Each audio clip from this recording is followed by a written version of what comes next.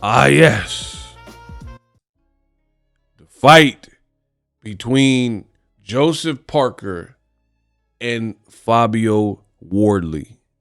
What really happened? What up, Fight World? It's your boy Ego, and I'm back with some more boxing.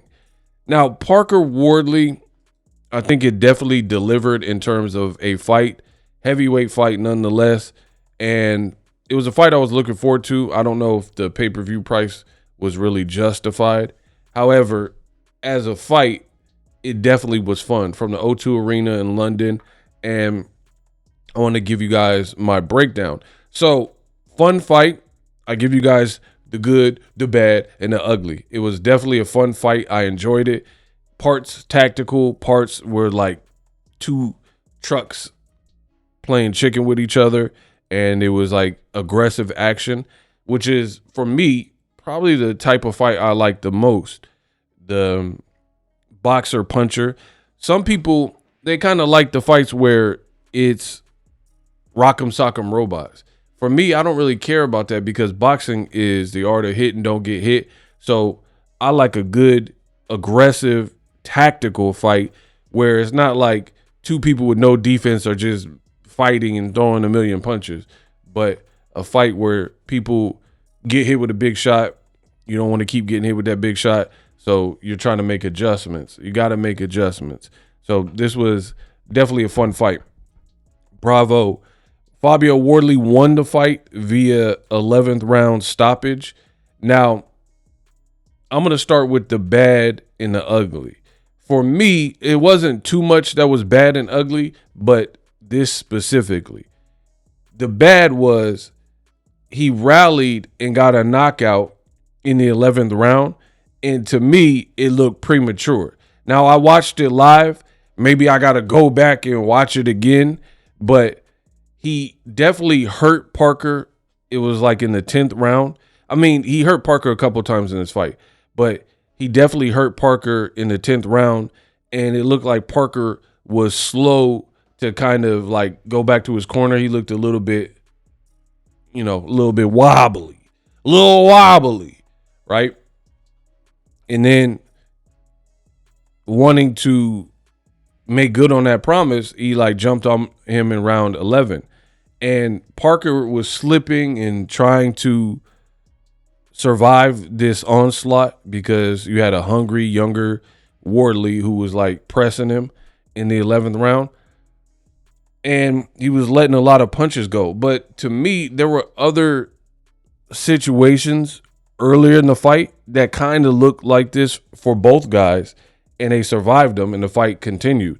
Another reason why I don't like a stoppage like this is because the fact that Parker Wardley, you could easily argue that Parker would have been up on the scorecards. There wasn't an actual knockdown. So no knockdown, a guy visibly hurt, but no knockdown. Parker's probably up on the scorecards, even by a small margin, but he's probably up. And when there's signs of distress and you just stop the fight, I thought that was weak. I thought it was weak, a weak stoppage, And for me, I feel like boxing is almost criminal and dirty and corrupt in the sense of like a guy his boxer got to show a stoppage loss when he probably would have survived. Like I don't want to see no fighters permanently maimed or hurt, but at the same time, Parker has showed an immense beard throughout his career, and he's poly Samoan or whatever he is. And the only person that really got with him and stopped him, not Anthony Joshua and not Wilder, but Zhele Zhang, who was like 300 pounds. So for me, I would have liked to, and I think when Zhele Zhang ended up fighting, actually it wasn't Zhele Zhang had him hurt. It was Joe Joyce that knocked him out. But anyway, in the Joe Joyce fight, he was like badly hurt, like even more so, I would say, than the Wardley fight, right? So I just thought the the stoppage was suspect. I really wasn't a fan of that, right? Especially for a good fight. You want to see it end how it's supposed to end more traditionally. So for me, that's the bad. The ugly is the UK commentators, bro. Wardley, there were moments where Wardley wasn't really doing much and making mistakes.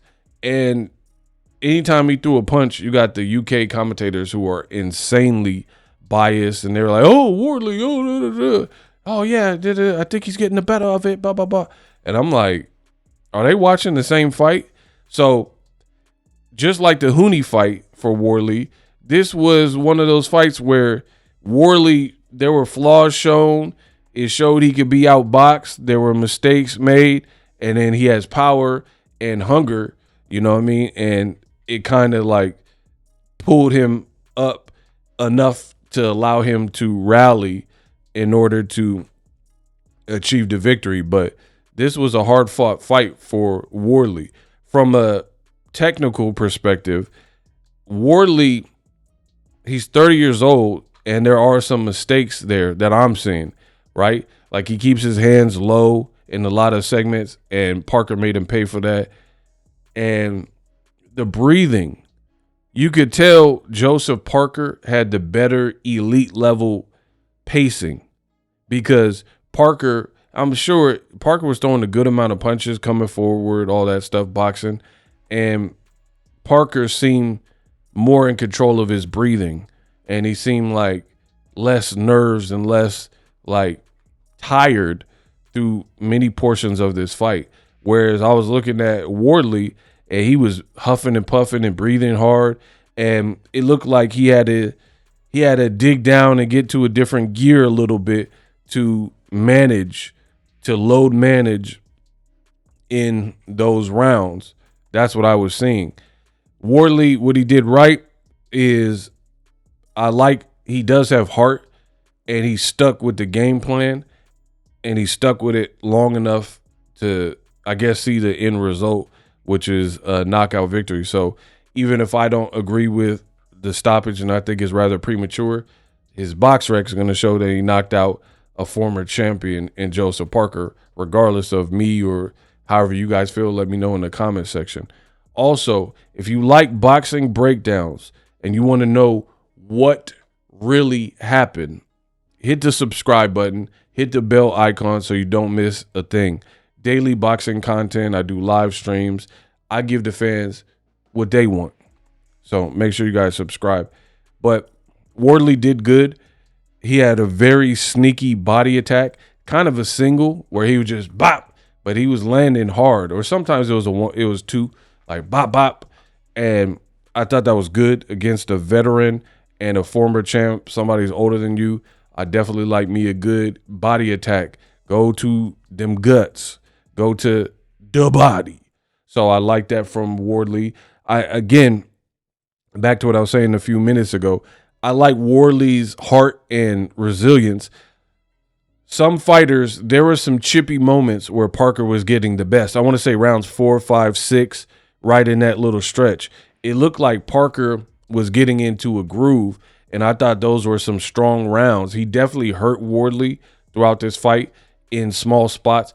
Keep in mind, when you hurt somebody, there's different severities. I'm not talking about he hurt him, it was about to be a knockout or anything, but he was definitely hurt, and he had to recalibrate and regroup. So there were some good moments from Parker. He showed very formidable.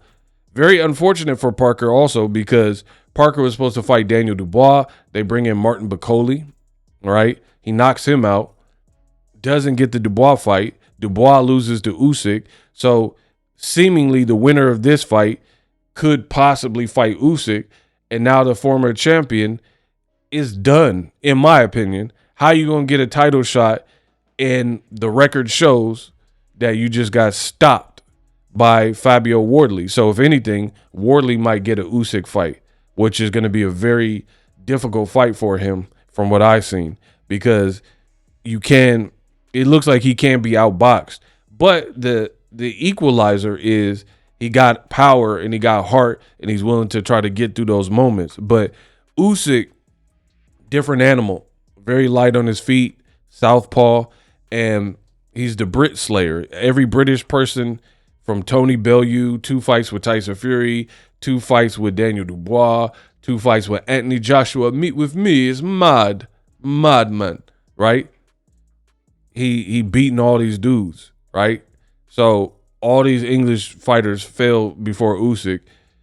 It'll be interesting in the Wardley fight. But I don't really give predictions unless the fight is signed, sealed, and delivered. So it is what it is. Fun fight, Parker Wardley. I definitely enjoyed it. We needed boxing. Boxing's been so dry. Boxing's been whack, you know. So to have a good heavyweight fight, I enjoyed it. It's on early, so I'm able to go and finish my day. I enjoyed the fight. Congrats to Fabio Wardley. He did good. There was a couple flaws, like he would back straight out. There was moments where Wardley would keep his head low, and Parker was like trying to chop and get him. So if you fight a Usyk who's pretty fast, like Parker was big. Parker was like 260 and outweighed you by 20 pounds or so.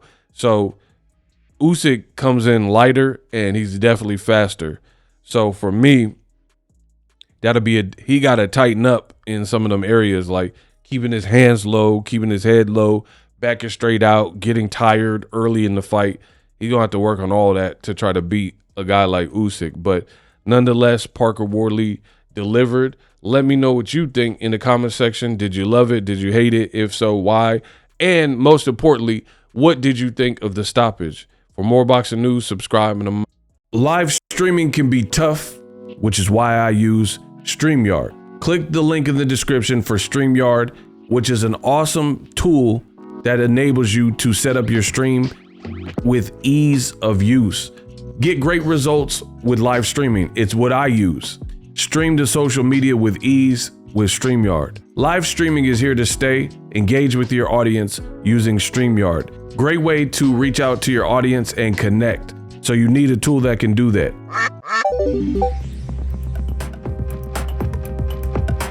If you're new to YouTube and you're struggling to get views, one tool I can provide to you is TubeBuddy. I've been on YouTube over 10 years. I use TubeBuddy daily to crank out videos just like this one that you're watching.